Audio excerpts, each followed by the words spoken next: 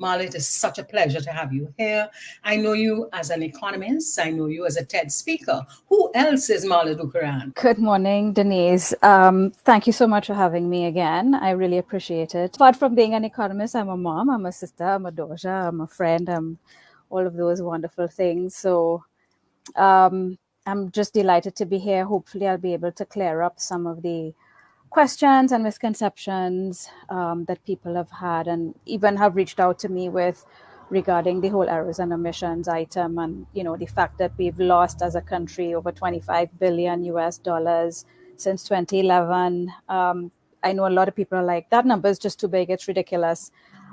It can be very technical. So anyway, I'm grateful that you've invited me on so that I can perhaps clear up some of these misconceptions and questions around this issue. Thank you very much, Marla. And you said you're a mom, you're a sister, you're a mother, you're all of that. And that I find absolutely wonderful, because a lot of our women seem to have just lost their voices in our country. So thank you very much for being here. I want to begin with asking you to explain foreign exchange. So many countries have their own currency, right? We have our own, the Trinidad and Tobago dollar. Foreign currency is basically, it's a general term referring to the currency of other countries, foreign to us. So foreign currency could be Barbados dollars, Jamaican dollars, US dollars, pound sterling. So literally that's what it means. But I think in the regular conversations people have, when we say Forex or when we say foreign currency in Trinidad and Tobago, generally we mean the US dollar. I mean, the US dollar is still the most important currency globally for trade. Most international trade is conducted in US dollars, and most commodities are priced in US dollars still. So generally people mean foreign currency. When they say foreign currency, they mean US dollars. And what does that mean? Why is that important? A country like Trinidad and Tobago, we are a small country. We don't produce everything we consume. And so we have to import.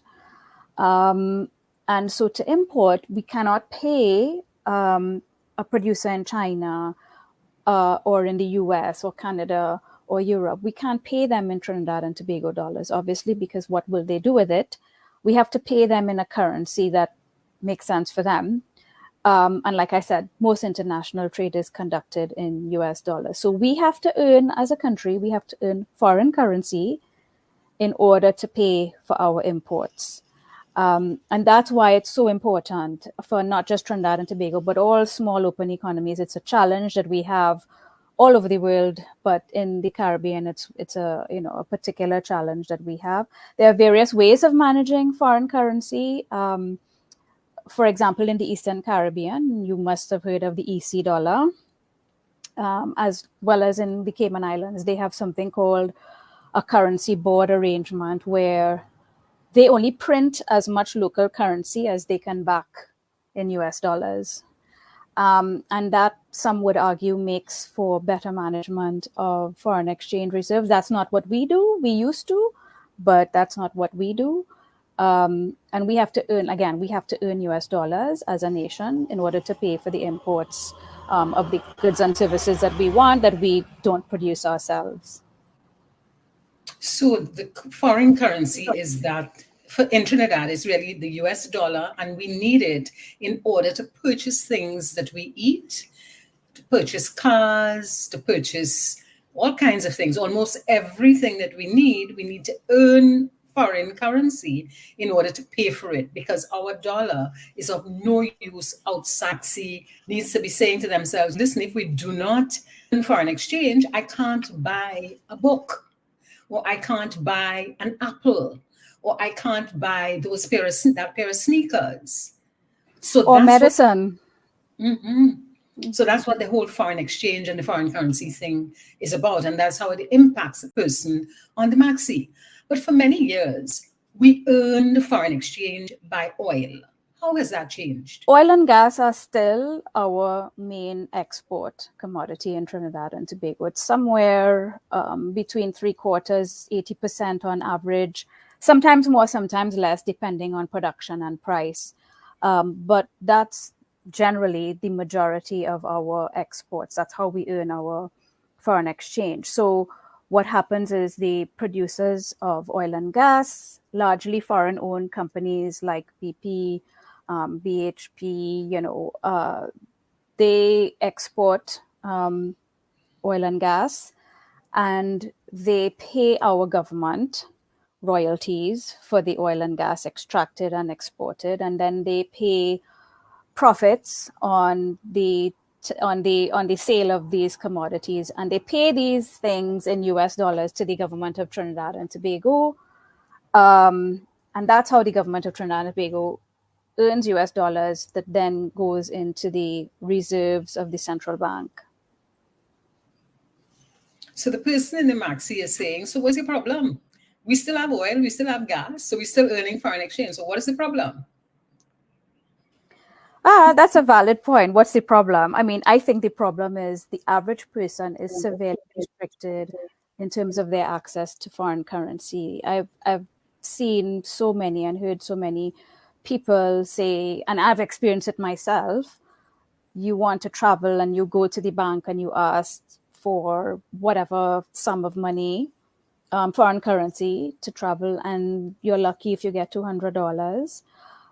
Even if you have a US dollar bank account in the banks in Trinidad, let's say you have 10,000 US dollars in your bank account, and you go to the bank and you say, I would like 1,000 US dollars. Generally, they won't have it. So it is a problem. The availability of foreign currency in our country for the average person is problematic. And it is something that I have seen so many entrepreneurs complain about. And also, I've seen so many entrepreneurs make a business out of this fact that we have this tightness of foreign currency availability in Trinidad and Tobago. The whole explosion of crypto in Trinidad, and the fact that people are mining and trading, and the fact that people are able to use other people's credit cards and things like that, all of that is done to circumvent this tightness or lack of availability of foreign currency to the average person. So that's what affects the average man in the maxi, as you said. If he or she wants to go abroad to visit family, they're likely to get a couple $100 US if they're lucky, and they're able to use their credit cards if they have overseas, if they have US dollar credit cards. But then the banks have been imposing tighter and tighter restrictions and limits on how much US dollars you can spend via your credit card. So, and it's only getting worse. So that's how it affects the average person. And, when I wrote this article about the fact that we've lost over 25 billion US dollars since 2011, when I calculate the per capita loss, meaning per person in our country, we are the biggest losers on this planet. We've lost 16,000 US dollars per person.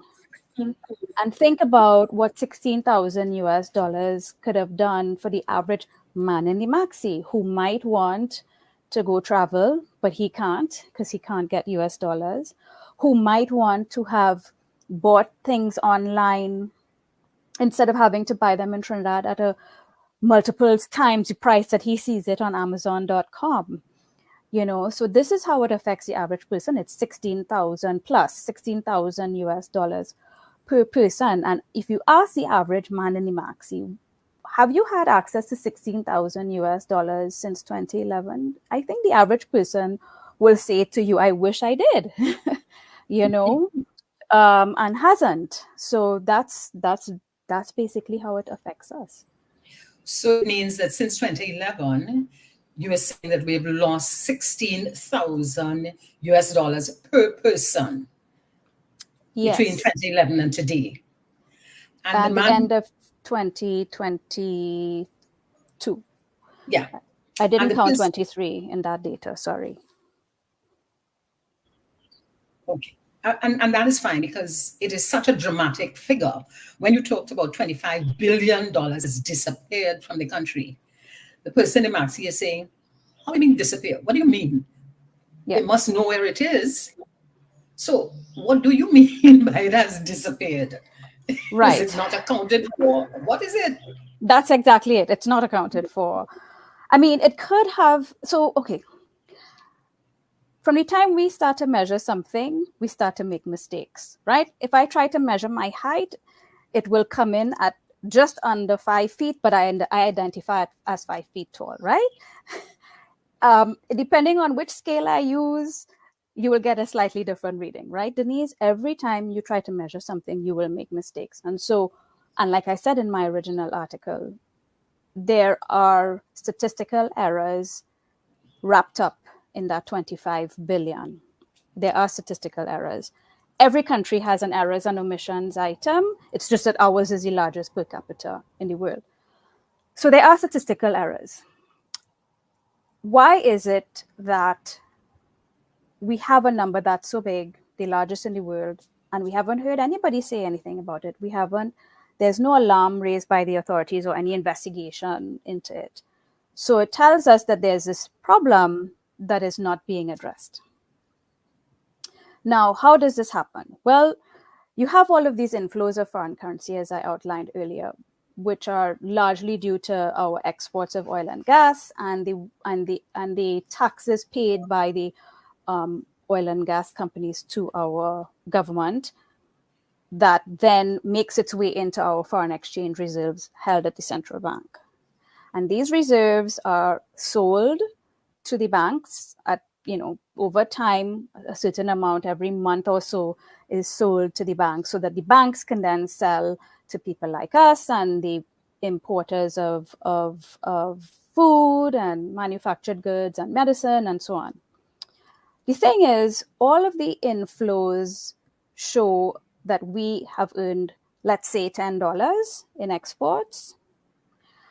And all the records we have of our outflows, meaning our imports, our outflows of US dollars, has shown, for example, that we have outflows of $5, right?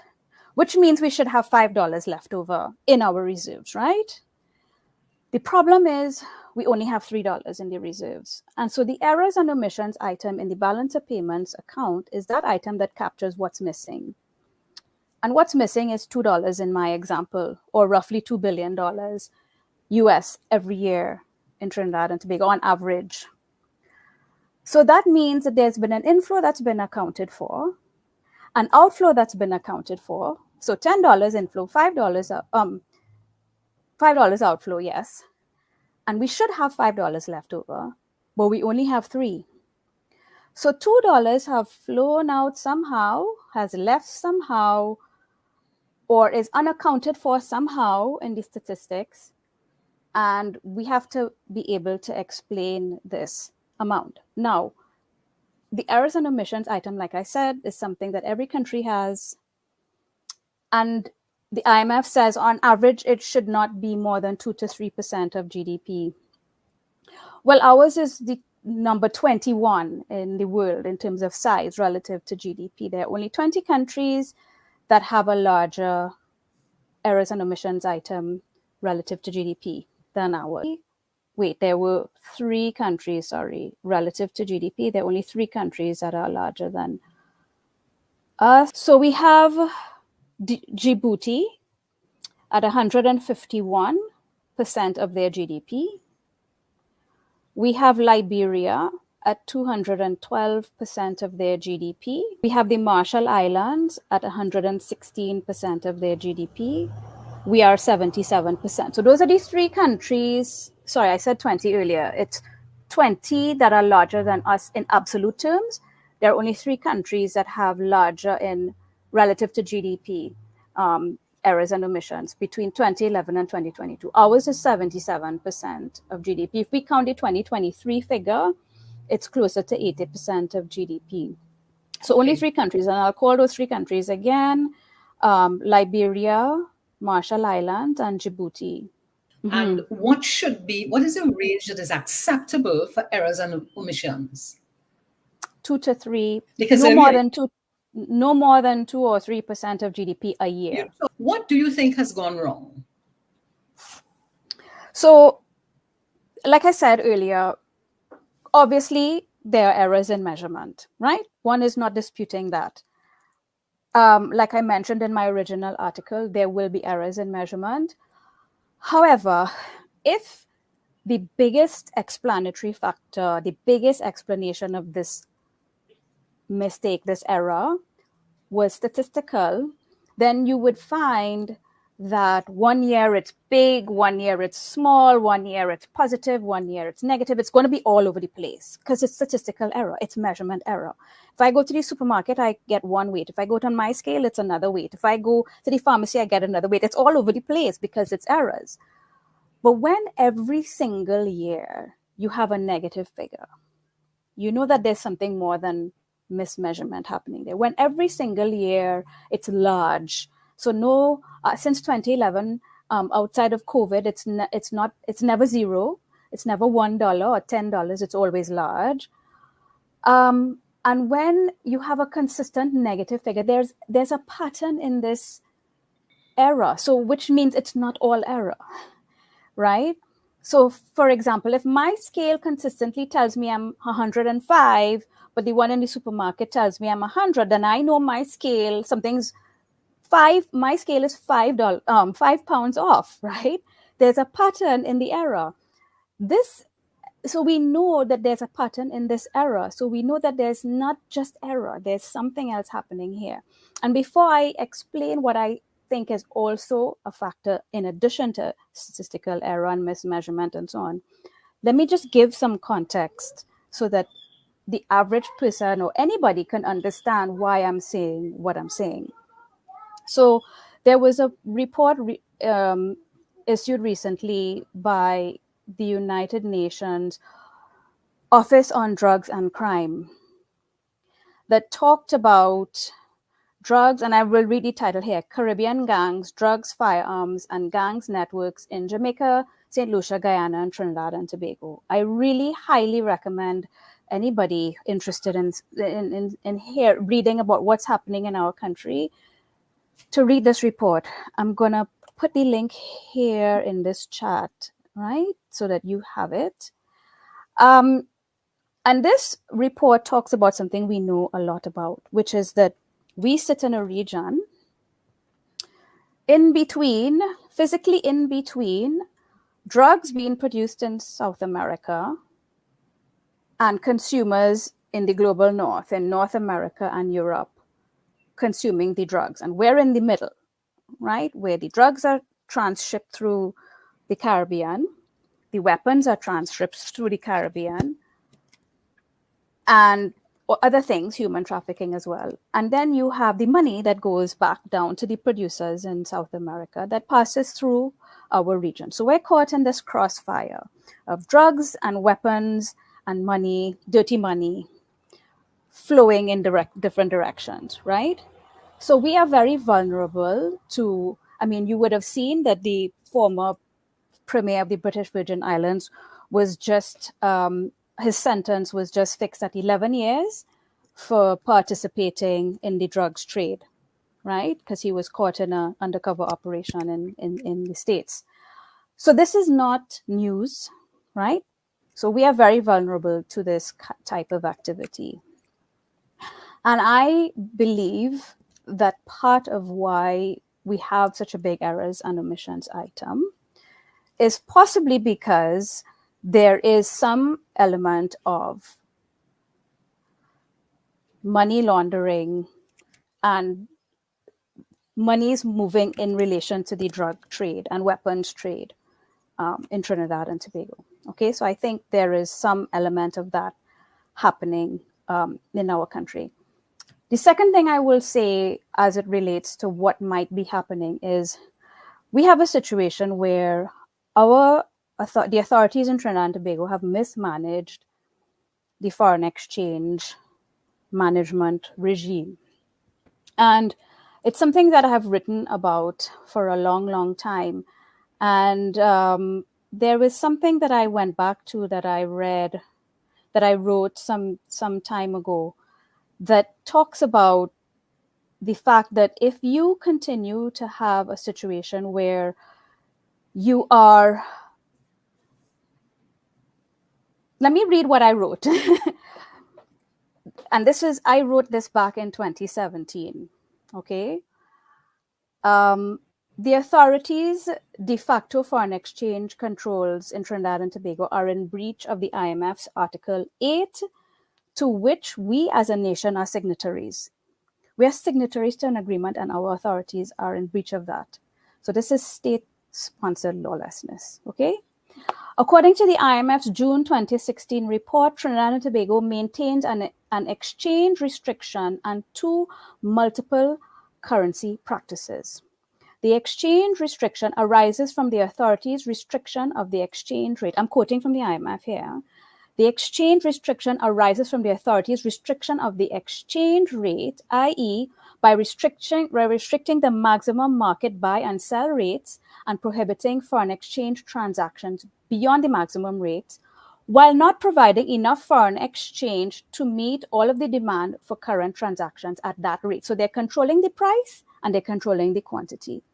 The CBTT also limits sales of its foreign exchange intervention funds to meet only trade-related demand, which does not include non-trade transactions that are, however, international transactions under the IMF's definition and should not be restricted. In other words, they are restricting transactions when it's against the law and against the treaty that they've signed to not restrict transactions. The IMF went on to say, these actions result in undue delays in access to foreign exchange to make payments or transfers for international transactions and external payments. When you do this, when you breach the agreements that you've made about how you're going to manage your foreign exchange, what you do is you create an expectation, one, that you will continue to change it, and two, that you are creating a situation where there's more demand than supply. So there is incentive for people to take as much foreign currency out of the country as they can, or to hoard as much foreign currency as they can. And so I believe another aspect of what explains this large outflow unaccounted for that we see every year is the fact that we have an incentive to do so based on how the authorities are mismanaging our foreign exchange. Those are the things that I think are accounting for the errors and omission. This statement that was very exciting and so on, $25 billion disappeared. What was your intention? Why did you make that comment? Why did you write that article? Why did you make that video? What was your intention? Well, Denise, I've been writing about this for many years. I mean, I just cited a 2017 article I wrote. My intention is to get the authorities to do something about it, to determine what is exactly causing the outflow and to fix it. Because this is money that is extremely scarce, US dollars, extremely scarce for some people in our country. And it's not a small amount, and we have the biggest problem in the world in terms of per capita loss of foreign exchange via the errors and omissions item. So we are the largest loser in the world. So clearly everybody's got this problem, but ours is the biggest by far.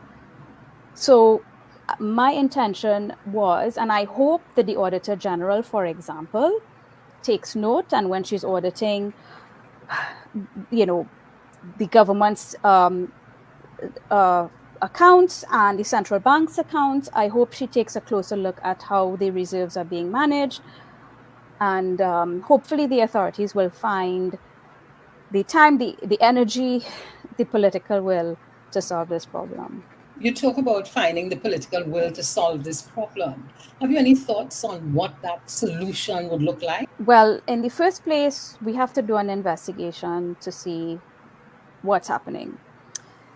All of the money that comes into our country officially comes in via the banking system, right? Via wire transfers, and the banks keep records of this.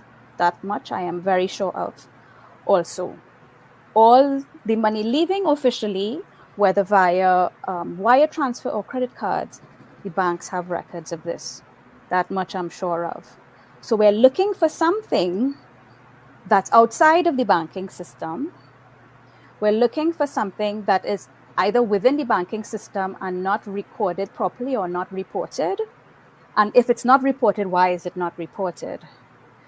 So I think that it's fair to say that all the official flows that are above board are all there on paper somewhere, and the banking sector does a very good job of reporting their statistics to the central bank. We then have to think about what's happening that is deliberately being obfuscated, and somebody is deliberately trying to hide something, or there's something very big that's somehow not being captured. What does it look like? They need to do an investigation to find it and put systems in place to record what's not being recorded. So Mala, as we wrap this half hour of our presentation, and I thank you for being here, if you were the Prime Minister, how would you have responded? I think any responsible policymaker, leader should have responded with shock if he didn't know that this was how bad this problem was, and should have said, I will make it a priority to deal with this problem, to find out exactly what's happening and to fix it. That's what I would have hoped from anybody in authority in my country. So Mala, I'm very hopeful about our country, that things are going to improve. Don't know how and when, but I'm hopeful that things will improve. What is your parting word for our audience? Continue to hold authority to account. They're only there because we elected them, and we elected them to make our lives better. And if they're not doing that, we need to hold them to account. We need to continue. Everybody needs to do their part to hold authority to account in our country.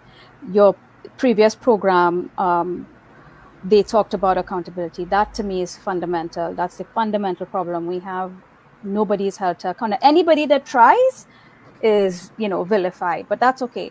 You have to keep doing it. We need to become the majority, those of us who dare to hold power to account. Thank you for having me, Denise. Have a wonderful week ahead.